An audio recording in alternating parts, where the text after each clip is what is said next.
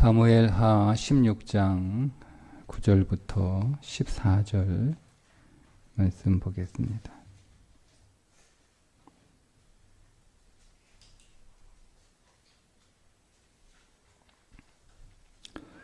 스루야의 아들 아비새가 왕께 여짜오되 이 죽은 개가 어찌 내 주 왕을 저주하리이까?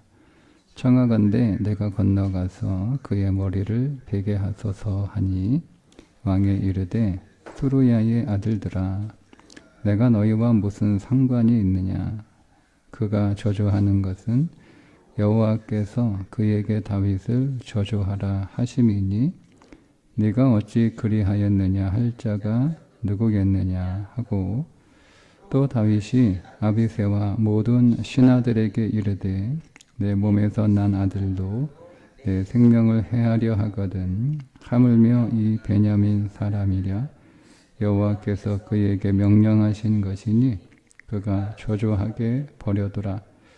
혹시 여호와께서 나의 원통함을 감찰하시리니 오늘 그 저주 때문에 여호와께서 손으로 내게 갚아 주시리라 하고 다윗과 그의 추종자들이 길을 갈 때에 시므이는 산빗살로 따라가면서 저주하고 그를 향하여 돌을 던지며 먼지를 날리더라. 왕과 그와 함께 있는 백성들이 다 피곤하여 한 곳에 이르러 거기서 쉬니라. 아멘. 시므이의 저주를 들은 다윗의 반응인데요. 오늘 말씀은 저주도 믿음으로 받으면 복이 된다는 말씀입니다. 어떻게 저주를 복이 되게 할까? 이 저주는 우리 인생의 모든 고통스러운 고난들을 포함하는 것들인데 그 저주가 되지 않고 믿음이 되려면 세 가지를 하셔야 됩니다. 첫 번째는 이것이 하나님의 뜻이다. 물론 하나님은 저주하시는 분은 아니에요. 그렇지만 내가 저주를 당하는 그 일이 저주처럼 보이는 그 일이 하나님의 뜻이다. 이렇게 받아들여야 됩니다. 그게 10절에 남아 있습니다. 10절에 보면 이제 저주하는 그 시므이를 스루야의 아들 아비새, 그러니까 아합의 동생, 그 요압의 동생이죠.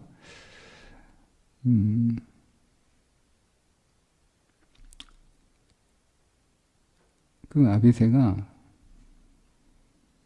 분을 내면서 내가 건너가서 머리를 베어오겠다고 허락해달라고 이야기하자 다윗이 하는 얘기입니다. 너희와 무슨 상관이냐? 그가 저주하는 것은 여호와께서 그에게 다윗을 저주하라. 이렇게 얘기합니다. 물론 시므이는 하나님이 자기에게 찾아오셔서 다윗을 저주해라 이렇게 말씀해서 하나님의 뜻으로 알고 저주한 것은 아니죠. 시므이는 그저 감정으로 기분이 나쁘고 그동안 쌓였던 게 이제 마침 다윗이 힘을 잃고 내리막길로 낭떠러지로 떨어지는 것처럼 보이니까 이제 그동안 마음에 쌓였던 것을 이제 다윗을 향해서 분노하며 저주하는 거였습니다만은 다윗은 그것을 시므이의 일로 보지 않고 그 시므이를 통해서 행하시는 하나님의 일로 본 거예요. 그래서 시므이의 그 저주는 자기를 향해 던지는 하나님의 말씀으로, 하나님의 뜻으로 그렇게 하나님의 섭리의 관점에서 시므이의 저주를 보게 됩니다. 자기가 과거에 하나님 앞에 범죄했던 죄를 하나님이 다시 깨닫게 하시고 그 죄가 얼마나 엄중한 것인지를 다시 한번 보게 하시고, 그래서 지금 하나님은 자신을 벌하시는 것이 아니고 이 불안당 같은 심의를 통해서 하나님이 자신을 훈련시키시고 자기를 더 견고하게 세워나가시는 그 하나님의 뜻이다라고 받아들인 거예요. 그러니까 시므이가 이 자기 인생의 주인공이 아니고 누가 주인공이라는 거예요? 하나님이 주인공이라는 거예요. 만약에 다윗이 시므이를 향해서 분노하며 감히 내가 비록 급히 도망치는 처지에 있지만 내가 한 나라의 왕인데 감히 나한테 이렇게 분노하면서 가서 목을 베어와라 이렇게 얘기한다면 다윗의 인생의 주인공은 시므이가 되는 거예요. 그러니까 우리가 우리 인생의 주인공이 누구인가, 내 인생의 주인이 누구인가 라고 하는 것들이 사실은 이런 사건들을 통해서 드러나는 거거든요. 우리가 말로 뭐 하나님이 내 인생의 주인이시고 나의 왕이시고 나의 통치자이시고 그래서 우리가 하나님을 주여 주여 이렇게 아무리 많이 불러도요, 우리의 고백을 통해서 하나님이 내 인생의 주인인 것이 드러나는 게 아니고 우리 인생에 일어나는 모든 사건들을 우리가 어떻게 대하느냐, 그걸 통해서 하나님이 내 인생의 주인공이시구나, 내 인생의 왕이시구나 라고 하는 것을 우리가 드러내게 되어 있는데, 실제로 다윗은 이런 시므이의 사건을 통해서 자신의 인생의 주인이 하나님이신 것을, 그리고 이 모든 사건의 주인공이 하나님이신 것을 분명하게 고백하는 것을 우리가 볼 수가 있습니다. 그러니까 이 저주스러운 상황이 역시 하나님의 어떤 섭리 안에서 하나님이 내게 가장 좋은 것을 주시고자 하는 하나님의 뜻 안에서 일어나는 일들이다라고 해석을 한 거예요. 이 해석이 굉장히 중요해요. 그러니까 여러분, 우리는 감정을 따라서 해석을 하려고 하거든요. 근데 성경은, 그리고 실제로 오늘 우리의 삶은 해석을 통해서 감정이 형성이 되는 거예요. 사실은 우리가 어떤 사건이나 어떤 일들을 통해서 감정이 확 생기잖아요. 근데 우리가 그 사건을 당하거나 어떤 얘기를 들을 때 우리는 이미 우리 안에서 해석을 하고 있었거든요. 그러니까 그 해석이 내 감정을 만들어 낸단 말이에요. 그러니까 지금 이 다윗은 시므이의 자신을 저주하는 그 시므이의 사건을 해석을 한 거예요. 해석을 일단은 이 해석을 했을 때 올바른 믿음의 해석을 했을 때 이제 어떤 감정이 생기는가가 이제 마지막 나오는 말씀이거든요. 일단은 여러분, 그러니까 다윗이 뭐 시므이의 저주를 들었을 때 다윗의 감정이 아무렇지도 않았다, 그럴 일은 없겠죠. 이게 어떻게 여러분 사람이 그럴 수 있어요? 이거는 그렇게 되지는 않아요. 그러니까 일단은 다윗의 감정도 상한 거고, 다윗도 분노의 감정이 일어나는 거고, 뭐 여러 가지 감정이 그에게서 올라왔겠죠. 다만 그것이 표현되지 않은 상태, 그 안에 감정으로 남아있는 상태예요. 감정은 우리 안에 남아있는 것과 그 감정이 내 밖으로 표현되는 것은 다르거든요. 그러니까 다윗이 뭐 전혀 그런 감정이 없다, 여러분, 우리가 이렇게 또 이해를 하면 우리가 다윗을 너무 영웅으로 생각을 하는 거죠. 다윗 안에도 다만 그 감정이 표현되지 않았을 뿐이지 그 감정은 분명히 일어나고 있었던 거예요. 그런데 이제 그가 가지고 있는 신앙으로 이 상황을 이제 바라보는 그런 시선을 갖게 된 거예요. 그래서 일단은 그가 알고 있는 시선, 자기가 알고 있는 하나님이에요. 그러니까 우리가 하나님을 아는 것이 굉장히 중요합니다. 자기가 알고 있는 그 하나님의 그 변할 수 없는 하나님의 성품이 있잖아요. 그 하나님의 성품을 지식으로 알고 있는 거예요. 그 하나님의, 물론 그동안 하나님을 겪어왔던 그 모든 경험이 그의 지식을 이루었겠죠. 말씀을 통해서 하나님에 관한 지식도 있고, 또 그가 경험을 통해서 얻은 하나님의 지식도 있어요. 그게 다 하나님을 아는 거예요. 그 지식으로 심의를 해석을 하는 거예요. 이게 심의가 하는 게 아니고 심의를 사용하셔서 하나님이 나한테 하시는 말씀이다. 하나님이 다시 한번 나에게 따끔하게 죄가 어떤 것인지를 하나님이 나에게 가르치시는 그 하나님의 뜻이다라고 이제 일단 해석을 한 거예요. 자, 그 다음 그렇게 하나님의 뜻이다라고 해석을 하니까 두 번째, 그렇게 하시는 하나님, 그러니까 심의를 통하여 그래도 하나님 다른 사람을 통해서 좋게 말씀하시면 제가 못 알아들을까요? 이렇게 할 수 있잖아요. 꼭 하나님이 심의를 통해서, 심의 같은 불안당을 통해서 그렇게 말씀하실 필요는 없다고 생각하지 않나요? 그러니까 다른 사람을 통해서 하나님이 좋게 말씀하셔도 우리 그러잖아요. 꼭 그렇게 말해야 되냐? 좋게 말하면 안 되냐? 우리 그렇게 얘기하지 않습니까? 그런 것처럼 하나님, 아니 제가 다른 사람을 통해서 말씀하셔도 지난번 나단 선지자를 통해서 말씀하실 때 제가 제대로 알아들었던 것처럼 하나님이 그렇게 다른 사람을 통해서 말씀하셔도 제가 다 알아들을 텐데 왜 꼭 심의여야 됩니까? 라고 우리가 반발할 수 있단 말이에요. 그런데 다윗은 그렇게 하지 않아요. 다윗이 뭐라고 얘기하냐면 하나님이 100% 옳다. 그게 이제 10절 그 뒤에 나오는 네가 어찌 그리하였느냐 할 자가 누구겠느냐. 이 무슨 얘기냐면 제가 그대로 지적을 할게요. 당신이 왜 그렇게 행하셨는가? 그러니까 하나님이죠. 하나님이 이렇게 심의를 통하여 내게 말씀하시는 건데 그 하나님을 향해서 왜 그렇게 행하셨습니까? 라고 말할 자가 누구인가? 누가 하나님이 행하시는 것에 대하여 이의를 제기할 자가 누구인가? 누가 하나님이 행하시는 그것들이 부당하다, 옳지 않다, 잘못됐다 라고 말할 수 있는 사람이 누구인가? 무슨 뜻이에요? 하나님이 100% 옳다는 거예요. 그러니까 우리가 두 번째 저주를 복으로 바꾸려는 믿음은요, 하나님이 행하시는 일일 뿐만 아니라 그 행하시는 그 모든 방법들이 다 옳다는 거예요.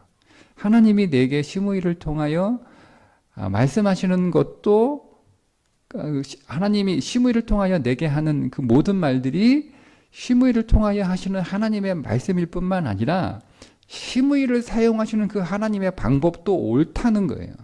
그러니까 우리가 이걸 다르게 가질 수 있거든요. 그래, 저 사람을 통해서 하나님이 내게 말씀하시는 거야. 하나님의 내 죄를 지적하시는 거야.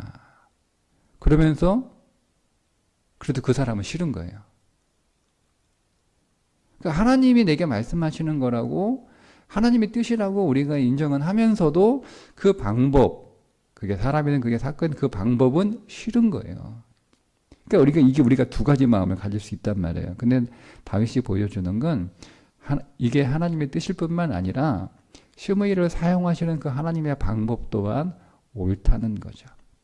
그래서 100% 하나님이 옳으시다 라고 여러분 그렇게 믿어야 됩니다. 그럴 때 저주가 복으로 이렇게 되어가는 거예요. 마지막 세 번째가, 그럼에도 불구하고 하나님은 나를 징계하시는 것으로, 나를 책망하시는 것으로 끝내시지 않고 하나님은 이 저주를 하나님은 내게 선으로, 즉 복으로 바꾸어 주실 것이다 라고 믿는 거죠. 그게 12절입니다. 혹시 자 11절에 여호와께서 그에게 명령하신 것이니 그가 저주하게 버려두라, 냅둬라 이렇게 얘기를 한 다음에 나는 그 저주를 다 받아야 된다. 그게 하나님의 뜻이다. 그리고 심의를 통해서 나를 저주하시는 그 하나님의 방법이, 나를 책망하시는 그 방법이 100% 옳다. 그러니 그냥 내버려 두라. 그러면서 이제 한마디 덧붙이는 거예요. 12절이 혹시 여호와께서 나의 원통함을 감찰하시리니 오늘 그 저주 때문에 여호와께서 선으로 내게 갚아 주시리라. 이거를 다른 성경이 어떻게 번역을 했냐면요, 이렇게 번역을 했어요. 혹시 여호와께서 내가 당하는 이 비참한 꼴을 보시고 오늘 받는 이 저주 대신에 복을 내려주실지 누가 알겠어. 이렇게 번역을 했어요. 그러니까 지금 다윗은 자기가 지금 엄청난 죄를 지은 죄인이기 때문에 자신이 정말 감당하기 어려운 고난을 통해서 하나님이 자기를 징계하고 계시지만 이 고난을 통해서 자신이 하나님의 온전한 사람으로 그러니까 징계의 목적은 온전해지게 하게 만드니까 징계는 혼내는 게 하나님이 우리를 징계하셔서 감정을 푸는 게 목적이 아니고요. 우리를 그 죄에서 정결하게 만들어내시는 것이 하나님의 모든 징계의 목적이잖아요. 그래서 내가 이 고난을 통해서 하나님이 원하시는 그 하나님이 기대하시는 사람으로 온전하게 다시 회복이 되면 하나님은 이 모든 저주들을 다 잊어버릴 정도의 복을 내게 다시 주실 것이다 라고 하는 믿음이에요. 이게 그 뜻이에요. 그게 여호와께서 선으로, 이 선이 토부잖아요. 복이잖아요. 복. 예. 여호와께서 선으로 내게 갚아 주시리라. 그러니까 다윗에게 이런 확신이 있었던 거예요. 이 시므이라고 하는 이 저주스러운 징계를 통해서, 이게 저주처럼 보이지만 이 징계를 통해서 내가 하나님의 뜻을 깨닫고 하나님의 100% 오심을 믿고, 믿으면 결과적으로 어떻게 돼야 되는 거예요? 그 시므이를 통하여 하나님이 만들어내시는 그 목표에 내가 도달을 해야 되는 거잖아요. 생각만 그렇게 하는 게 아니고 말만 그렇게 하면 안 돼요. 이게 하나님의 뜻이야. 그리고 하나님은 100% 오르셔. 그러면 하나님은 그렇게 하시는 하나님의 목표가 있을 거 아니에요. 그럼 나도 그럼 그 목표에 도달해야 될 거 아닙니까? 그래야 하나님의 뜻이 진실로 내 인생 안에서 100% 옳다라고 내가 진짜로 믿는 거잖아요. 하나님이 그런 목표가 있는데, 에이, 하나님. 그러니까 요즘 아이들 이제 시험 보는데,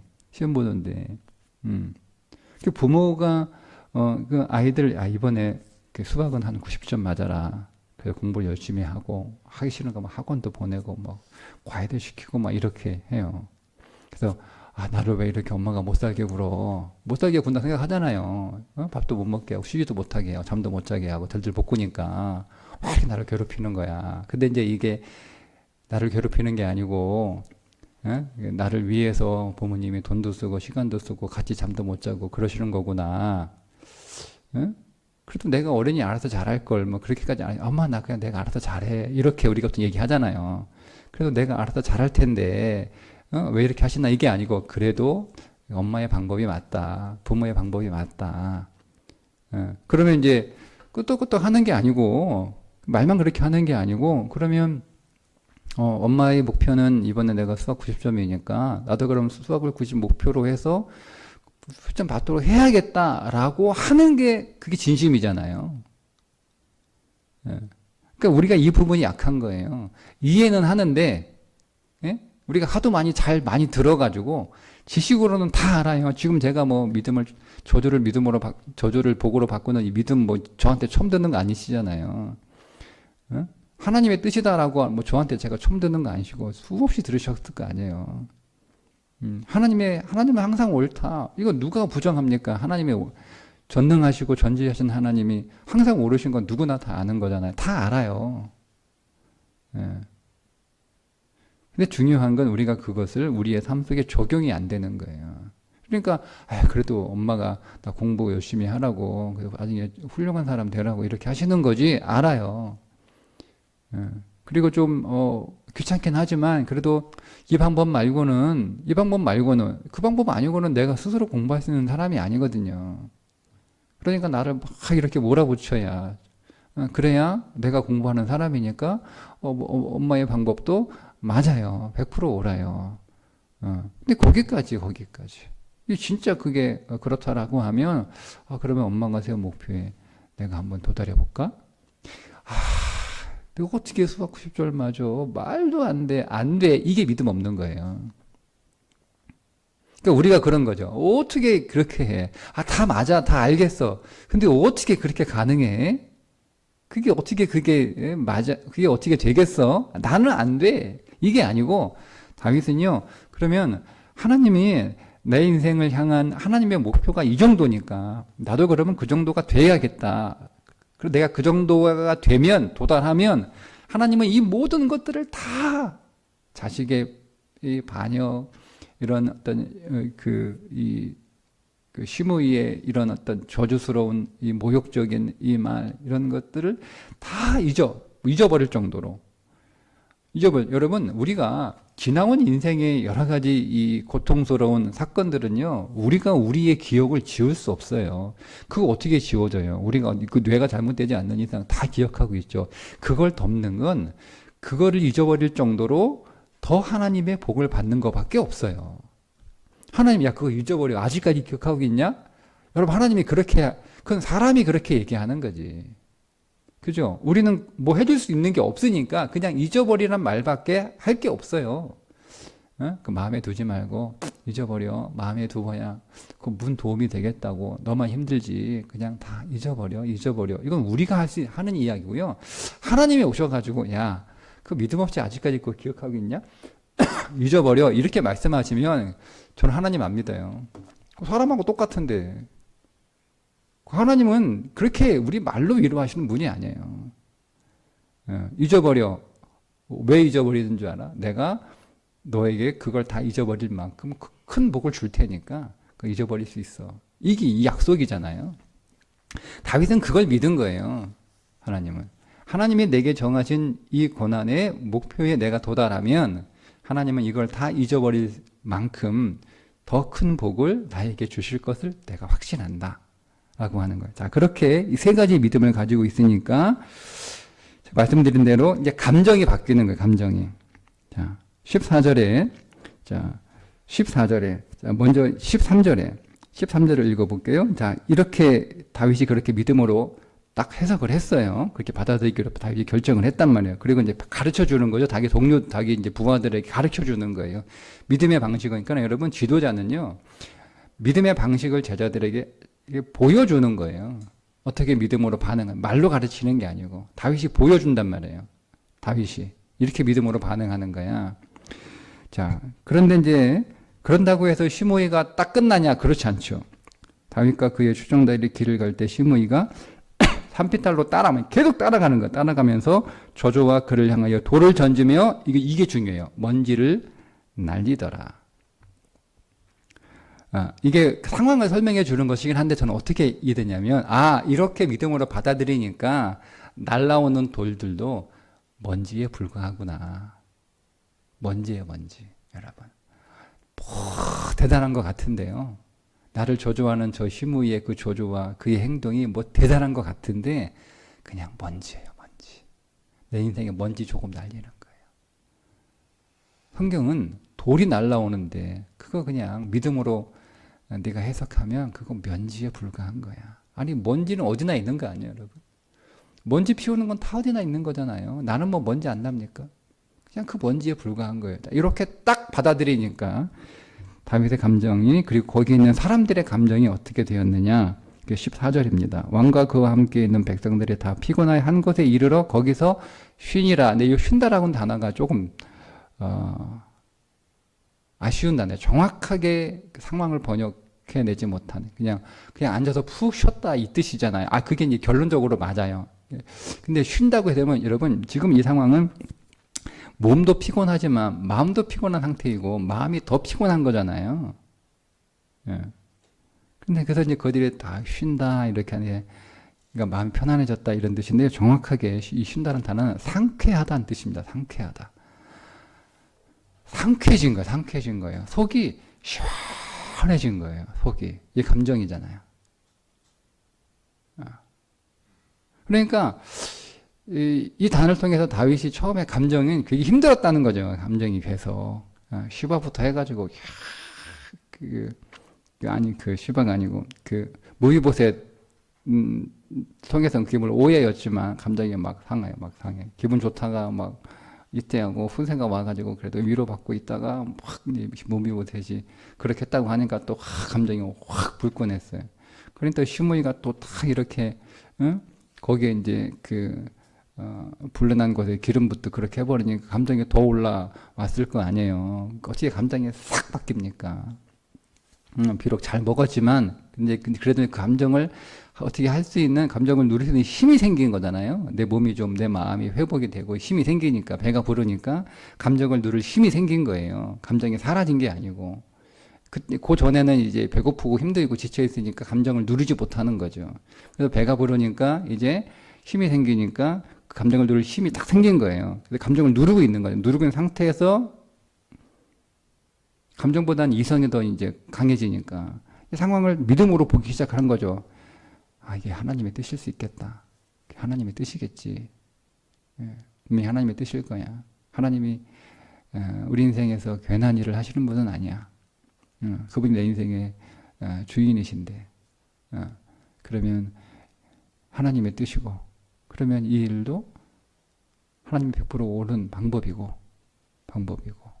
그러면 하나님이 뜻이 있으면 목적이 있을 거 아니에요. 그럼 하나님 분명히 어떤 목적이 계실 거야.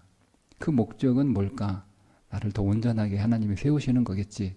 내가 그러면 그 목표에 도달하게 되면 하나님은 이 모든 것들을 다 선으로 바꾸어 주실 거야.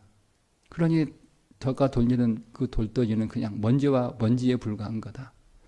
내가 그 돌에 맞으면 피를 흘리지만 돌이라고 보면 맞으면 아프고 피를 흘리지만 먼지야 여러분. 그냥 먼지야 좀 그냥 그런 거 정도도 아니야. 먼지 날리는 거야 그런 거지. 내가 먼지 맞아가지고 피를 흘렸다 아프다 이런 사람이 어디 있어요. 다 꾀병이지. 그렇게 하니까요 감정이 시원해지는 거예요. 그게 14절의 말씀이에요. 거기서 쉬었다는 거예요. 마음이 상쾌해졌다라고 하는 거예요.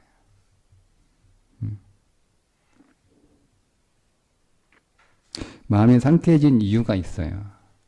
저주에 더 이상 얽매이지 않습니다. 여러분 저주가 다 내게 사람들이 내게 욕하고 나를 비난하고 그렇게 해도요.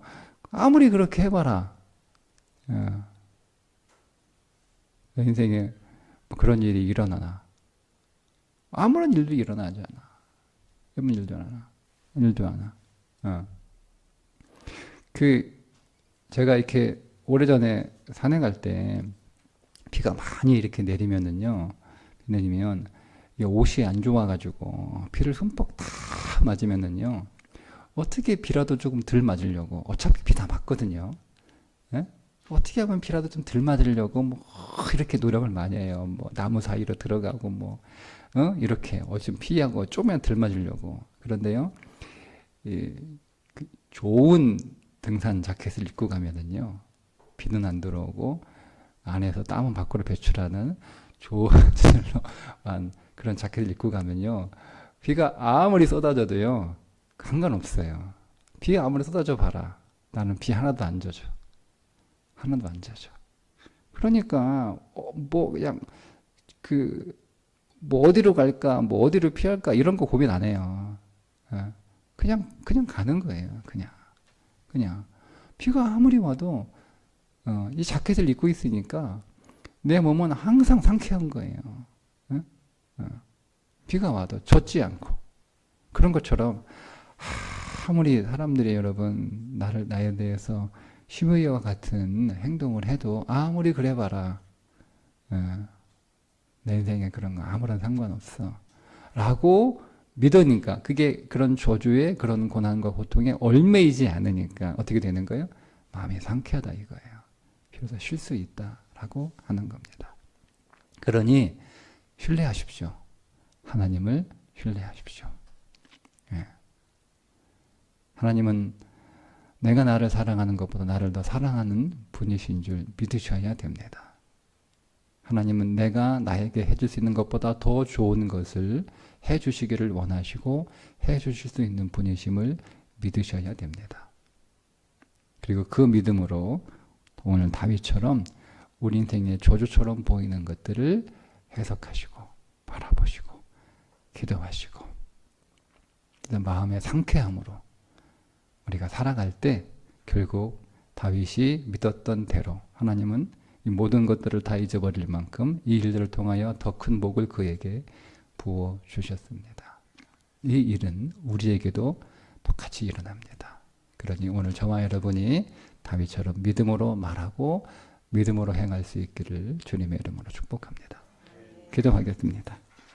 하나님, 저주를 믿음으로 바꾸었던 다윗의 믿음, 그에게 일어난 일들을 바라보았던 다윗의 시선, 그것들을 해석했던 다윗의 하나님에 대한 지식, 이 모든 것들이 그에게 온전한 믿음으로 역사했던 것처럼 하나님 오늘도 믿음으로 역사하셔서 우리의 삶을 주님의 시선과 주님의 뜻 안에서 보게 하시고 그렇게 우리가 우리의 삶의 모든 저주에 얽매이지 않는 상쾌한 하루를 살게 하여 주옵소서.